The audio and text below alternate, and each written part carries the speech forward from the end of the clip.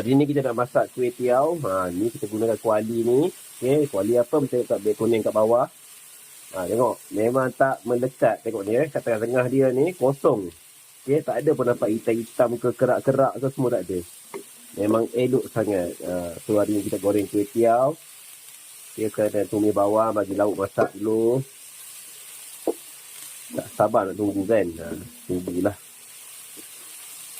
Kemudian sekarang kita masukkan sos. Tengok. Selalunya kalau masukkan sos dekat kuali biasa, confirm je dia caramelize ni melekat kat kuali. Tapi ni tengok elok tak melekat. Tengok bersih. Okay, bersih bersih elok. So memang cantik elok. Jadi sekarang dia punya kuah dah makin pekat. Okay, boleh nampak tak melekat juga. Dah masukkan apa-apa bahan pun, semua tak ada pun kerak-kerak melekat. Even tepi ni pun bersih. Tepi ni pun bersih. Elok. Cantik.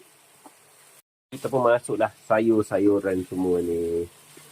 Dah siap dah ni. So kalau masuk sayur ni tak payah lama-lama sebab tadi takut dia layu. Masuk sekejap je. Bagi dia panas-panas manja. Tapi tengok ni, tak melekat bersih elok. Baik, sekarang kita dah masukkan kuih tiaw. So kita akan gaul lah. Gaul sungguh rata. Tapi dah masuk kuih tiaw pun nampak. Tak juga tak melekat apa-apa Cantik kejadian dia. Nampak? Tak melekat langsung. Elok kejadian.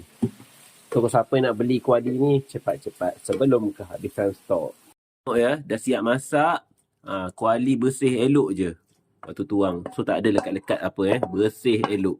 Nampak? Ini baru betul.